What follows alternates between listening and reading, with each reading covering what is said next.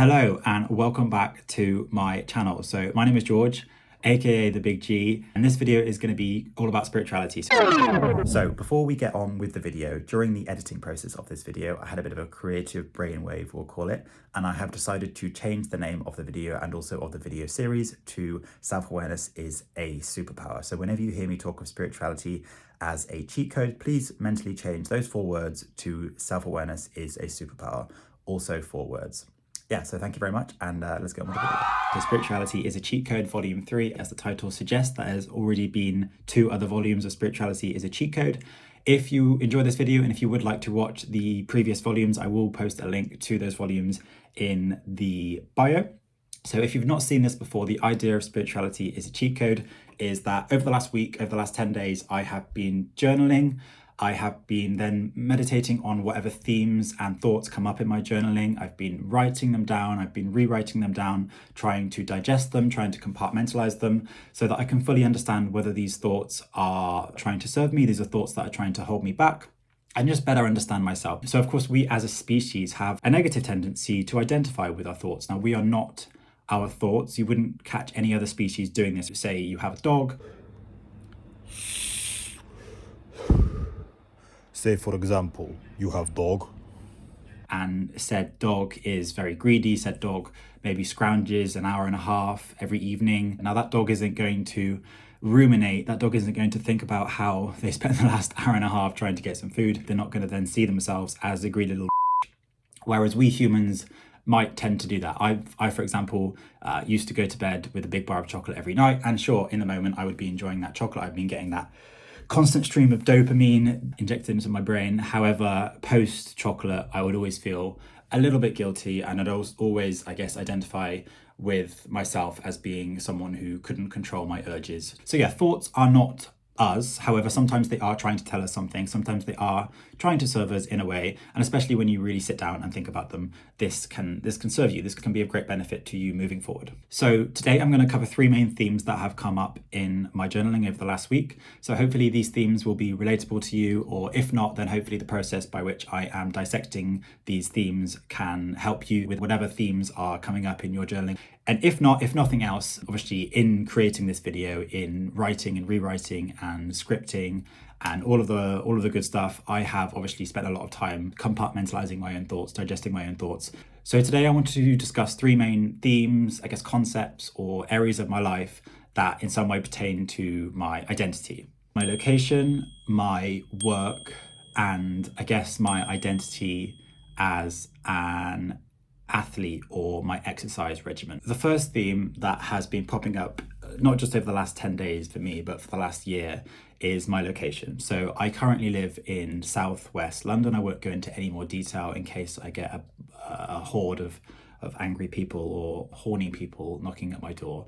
Not sure why anyone would be angry or horny watching these videos, but if you are, I'm not going to disclose my exact location. Over the last year, as I have got to know myself more, I have noticed that this place that I'm currently living in feels less and less like home. No part of me shares an affinity with the local high street. No part of me feels as though this is where I belong at this current stage of my life. Of course, London is a remarkable city. It's one of obviously the most famous, grandiose, wonderful cities in the world. I have tons of great friends here, but both the city being great and me being surrounded by people that I love don't in any way create an affinity for me.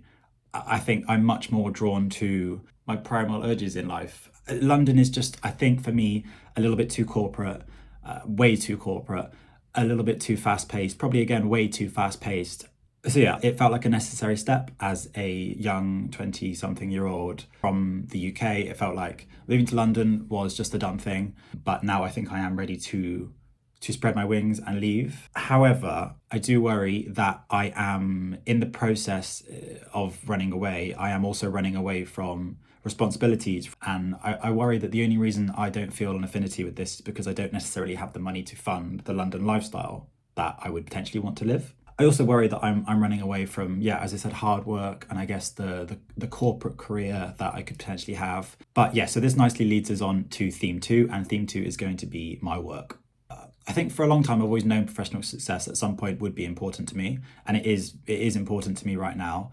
Adventure is also very important to me. The problem with the two is that obviously professional success requires serious application for many years, and I'm more than happy to do that. But I just worry that that is taking away from adventure. I've spoken about this before on this channel, but I definitely used to see myself as someone who is very ambitious. However, my actions never, I guess, implied ambition. I was incredibly lazy. I do, however, now know that this laziness wasn't, I guess, inherent to my personality. This laziness came from a lack of self-belief, and that is the case with most people who are quote-unquote lazy.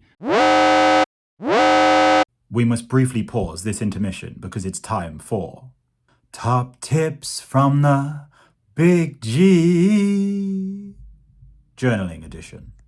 So for this particular journaling task, all you're going to need to do is get 2 to 3 pages of paper and a pen, and you're just going to start writing, and you're going to write and write and write until you can write no more, until your hands are red raw, maybe even bleeding. Now, of course, you are at times going to want to lift the pen off the page. Please don't do this. You're also going to start writing complete that makes absolutely no sense. That's absolutely fine. Just continue writing and don't stop. Now, the reason that this works is for the first page or two, you're going to get the more sort of surface level, superficial thoughts coming through, the thoughts that you have day to day. But by pages 3, 4, maybe even 5, this is where the more introspective and creative thoughts start to come through. Now, as I say, this task is very good for introspection. However, I much prefer this task when it comes to sort of unblocking a creative block that I have. So if there's a particular task that I'm working on that requires a bit of creativity and I can't think of anything in that particular moment, I will go to this journaling task. It has never failed me. So yeah, give this task a go and let me know how you get on. If you feel like you are lazy and you know deep down you are ambitious, you do want more from your life, I'd strongly suggest you go to therapy or just do the internal work. There are many exercises available online. So since uni, I've had 3, I guess, real jobs, and I've always wanted to do well in them. Again, maybe I didn't fully apply myself. I think at the time I applied myself as best as I could, but at the time I also had this inherent lack of belief in myself. But the only one of the 3 that's given me any real joy is the only one that I never actually considered as a long-term career.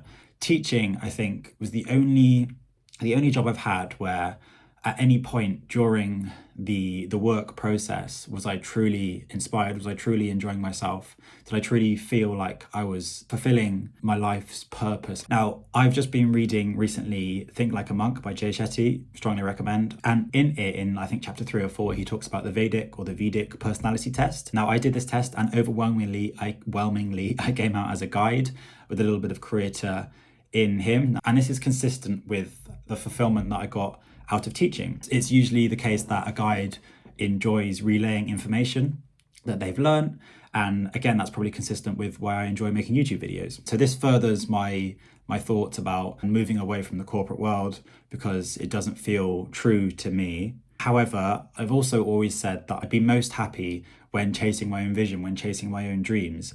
Now, my dreams at the moment, I'm not going to talk about them explicitly, but they do involve both being a guide, being a creator, and also, I guess, being within the corporate world. So of course it will be my own vision. But yeah, all I'd say with regards to that is I have learned not to get too attached to my job as my identity. I think a lot of people do this. A lot of people place too much value. And again, this is something that I've done consistently over the past 6 months, place too much value on the amount of money they earn, maybe their title, the company they work for, blah, blah, blah. And again, it's not inherent to your identity, to your personality. You're fully in control of your life. If you want to create something for yourself, then absolutely you should go and do that. I think we should all be striving to live out our true purpose, live out our true dharma.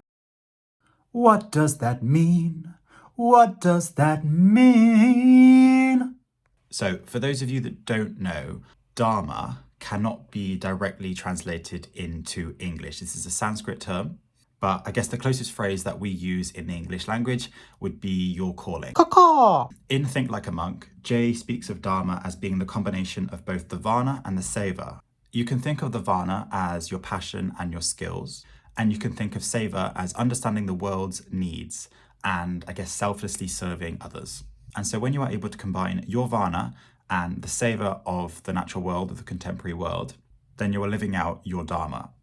Now, of course, in modern society, we'd also need to be making money out of this. So if you can do those two things and make a living out of it, then you're living out your true life's purpose. And I think that's the fulfillment that we are all striving to attain. That's what I'm aiming for, and we will get there. I know we will. But yeah, as I say, I used to place too much value on the amount of money that I earn, on my title, and I know that that's not who I am as a person. Similarly, I am not what I used to do. I'm not what I used to be. This could mean many different things for me. However, in this regard, I'm talking about exercise. So yeah, theme 3 is going to be exercise and my identity as a quote-unquote athlete. So as you will have seen on my channel, maybe, my last video was about the marathon. So I am running London Marathon in April. I've also been back in the gym for a little over a year now, and I have no issues in any way, shape or form getting up and going to the gym now. Like I think for a long time, for 3.5 years almost, I really struggled to get into that routine. However, I've been going for over a year now, and there is absolutely no part of me that struggles to go to the gym. If I say I'm going to the gym, I go to the gym.